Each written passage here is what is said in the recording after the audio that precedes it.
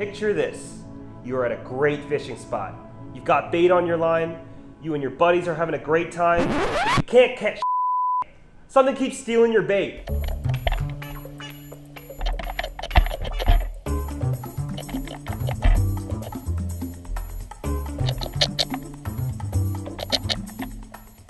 Something is picking these apart and we can't catch them.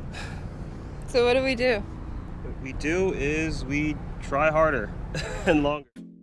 Solomon's Island is a great place to fish and crab because it sits right on the Chesapeake Bay. We went there for the famous Maryland blue crab, but we couldn't catch anything.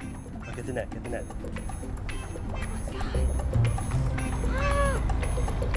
Oh! When we watched the footage at home, we realized that our bait attracted all sorts of weird underwater creatures.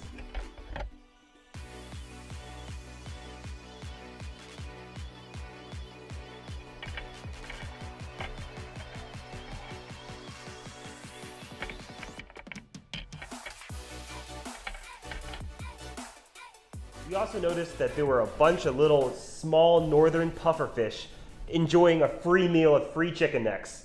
These chicken necks actually attracted a whole bunch of different kind of little strange fish. Like magnets, the schools of spot and other fish were attracted to the bait. This guy caught a spadefish in his crab trap. So one of the weirdest fish that we saw that day was called the sea robin. And the sea robin is a very strange looking fish with tentacle-like legs, really big spikes, and fins like wings where it can actually fly out over the water. But the sea robin is actually a bottom feeder. We also saw a herd of beautiful cow-nosed rays, which weren't really interested in our chicken necks.